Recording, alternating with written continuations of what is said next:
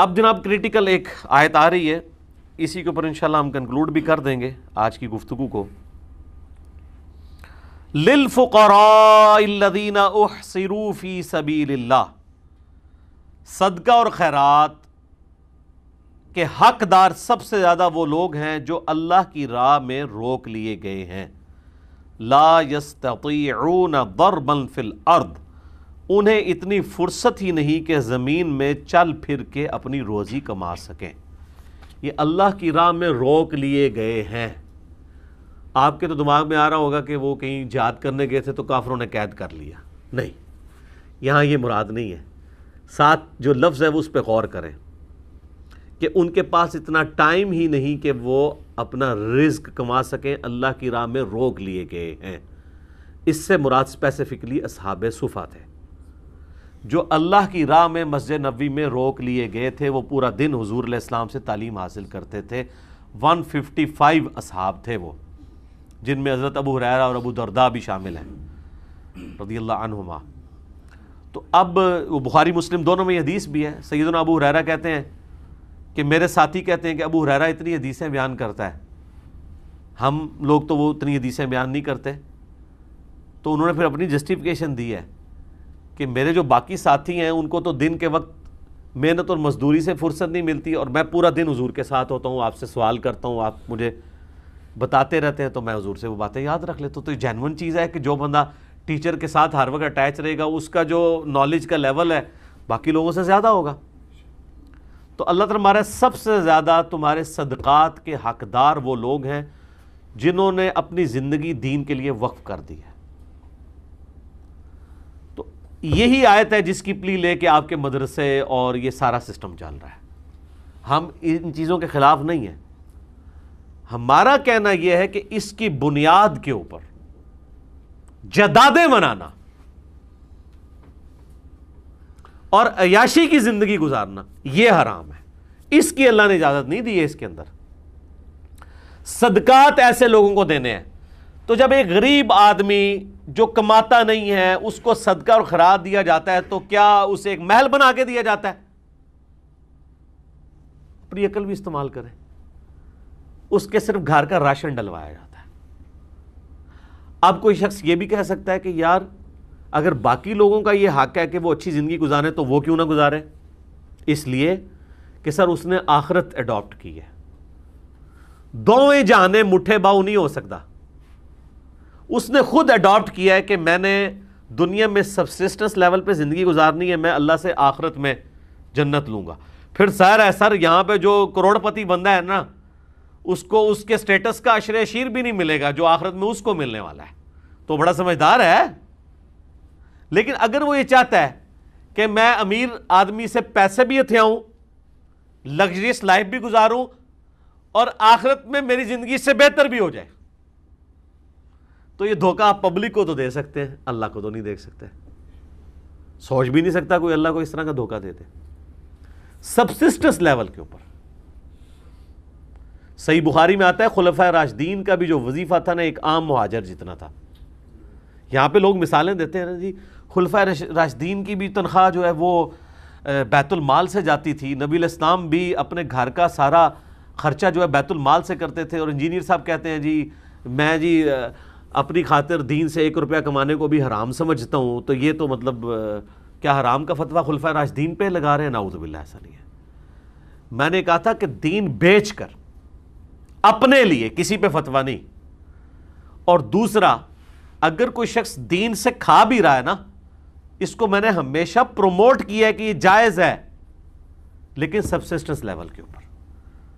ہمارے اس plate form سے میں نے پوری ویڈیوز ریکارڈ کروائی تھی کہ جو لوگ دین کے لیے وقف ہوئے ہوئے ہیں، اللہ کے لیے دین کا کام کر رہے ہیں، آپ کی رسپانسبلٹی ہے کہ ان کو آپ فائنینشلی سپورٹ کریں. بائی نیم میں نے ڈاکٹر ذاکر نائک کا، ڈاکٹر اسرار کا، ان سب لوگوں کے نام لیے تھے.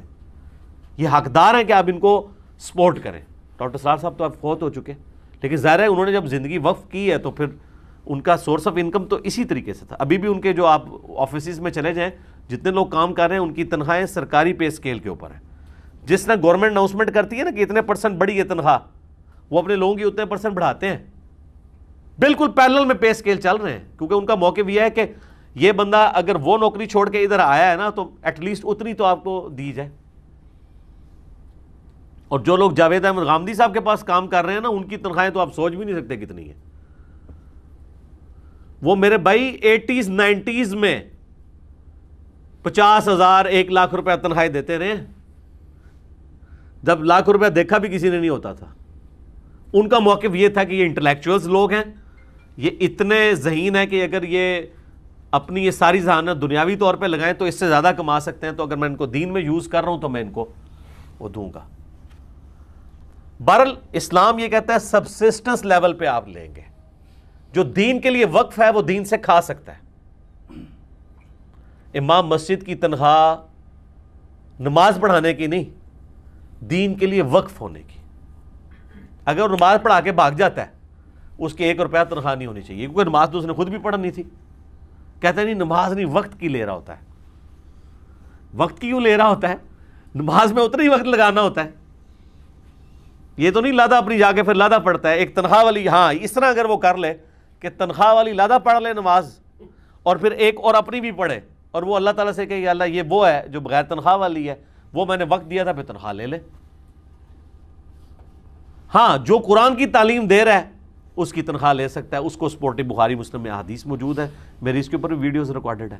لیکن ان سارے معاملات میں سبسسٹنس لیول کے اوپر ہے، جائیدادیں نہیں بنانی ہیں. اگر کوئی شخص جائیدادیں بنانے کے لیے مال اکٹھا کرتا ہے تو یہ ہے حرام. اب اس کانٹیکسٹ میں آپ کچھ احادیث ہیں میں یہاں پر بیان کر دوں. پہلے اس آیت کو مکمل کر لیں، اسی پہ ہم کنکلوڈ کر دیتے ہیں. یحسبہم الجاہل اغنیاء من التعفف. اللہ تعالیٰ فرماتا ہے کہ یہ وہ غریب لوگ ہیں جو یعنی کمائی نہیں کر سکتے، دین کے لیے وقف ہوئے ہوئے ہیں، اور ان کی حالت یہ ہے کہ جو ناواقف شخص ان کو دیکھتا ہے تو ان کے سوال نہ کرنے کے سبب ان کو غنی سمجھ لیتا ہے، کیونکہ مانگ جو نہیں رہے لیکن ان کی شکلیں بتا رہی ہوتی ہیں کہ یہ غنی نہیں ہے. وہ اللہ تعالیٰ فرمایا تعرفہم بسیماہم، تم ان کو ان کے چہروں سے پہچان لو گے. چہرے پہ فاقے کے آثار ہیں، حالات و واقعات بتا رہے ہوں گے کہ یار یہ تو بیچارہ غریب ہے. بخاری مسلم میں حضرت ابو ہریرہ کے بارے میں آتا ہے کہ کئی بار میں بھوک کی وجہ سے بے ہوش ہو جاتا تھا، لوگ سمجھتے تھے اسے مرگی کا دورہ پڑ گیا، لیکن میں مانگتا کسی سے نہیں تھا کہ بھئی سوال کرنے کی ممانعت ہے. اندازہ کریں بھوک سے بے ہوش ہو رہے ہیں اور مانگ نہیں رہے کہ سوال کرنے کی ممانعت ہے. جس کو سوال کرنا جائز بھی ہے. یہ ہے فرق. اسی لیے بخاری اور مسلم دونوں میں حدیث ہے، نبی علیہ السلام فرمایا مسکین وہ نہیں ہے جو 2 وقت کی روٹی لوگوں سے مانگتا پھرے، مسکین وہ ہے جو غربت کے باوجود کسی کے آگے ہاتھ بھی نہ پھیلائے، الا یہ کہ تم اسے خود پہچان لو تو پہچان لو، تم سے وہ نہیں مانگے گا، وہ مسکین ہے، وہ حقدار ہے کہ اسے دیا جائے. تو یہ پروفیشنل بیگرز پھر کہاں رہ گئے؟ لا يسألون الناس الحافا، یہ وہ لوگ ہیں جو لوگوں سے لپٹ کے نہیں مانگتے، پیچھے ہی پڑ جاتے ہیں لوگوں کے. تو اللہ تعالیٰ نے اس کو کہا کہ یہ وہ لوگ نہیں ہیں جو پیچھے پڑ دیں اور مانگنا شروع کر دیں. اللہ اکبر. وما تنفقوا من خیر فإن اللہ بہ علیم، جو کچھ بھی تم اللہ کی راہ میں خرچ کرتے ہو پس اللہ تعالیٰ خوب جانتا ہے. یعنی اللہ تعالیٰ تمہارے اجر کو ضائع نہیں کرے گا، اللہ کے علم میں ہے تم نے اللہ کے لیے سب کچھ خرچ کیا ہے. تو یہ اس کانٹیکسٹ میں نبی علیہ السلام کی ایک حدیث بھی ہے، سنن نبی داؤد میں، سنن نسائی میں. نبی علیہ السلام فرمایا جس کے پاس 40 اوقیہ، 40 درہم یا 1 اوقیہ اسے کہتے ہیں، 40 درہم اس وقت 4 دینار کے برابر تھا، سونے کے 4 سکوں کے برابر، اور چاندی کے 40 سکے. 1 درہم 1 اوقیہ کہلاتا تھا. آج کا وہ 1.5 تولے سونا بنتا ہے. جس کے پاس 1.5 تولے سونا ہے آج کی ڈیٹ میں، یا اس کی مالیت اس کے پاس موجود ہے، اس کے باوجود وہ کسی سے سوال کرتا ہے، تو نبی علیہ السلام فرمایا کہ وہ وہی ہے جو قرآن میں کہا گیا کہ جو لپٹ کے زبردستی مانگنے والا ہے. یہ ہے کرائٹیریا. اچھا اب وہ حدیثیں بخاری و مسلم دونوں میں حدیث ہے، نبی علیہ السلام فرمایا کہ جو شخص لوگوں سے مانگتا ہے خواہ مخواہ، یعنی مال جوڑنے کے اعتبار سے بات ہو رہی ہے، تو قیامت والے دن اس حال میں آئے گا کہ اس کے چہرے پہ گوشت نہیں ہوگا. یہ سب سے پہلا عذاب اس پہ پڑے گا. مسلم شریف میں حدیث ہے جو شخص مال بڑھانے کے لیے مانگے تو وہ لوگوں سے انگارے مانگ رہا ہے. اب تمہاری مرضی ہے زیادہ انگارے مانگ لو یا تھوڑے. جو میں نے کہا تھا نا کہ جو شخص دین کے لیے وقف ہے نا وہ سبسسٹنس لیول پہ دین سے کھا سکتا ہے. یہاں پہ مسلم شریف کی حدیث میں آگیا نبی علیہ السلام فرمایا کہ جو شخص مال بڑھانے کے لیے مانگ رہا ہے نا وہ دوزخ کی آگ جمع کر رہا ہے. تو یہ مال بڑھانے کے لیے کر رہے ہوتے ہیں نا.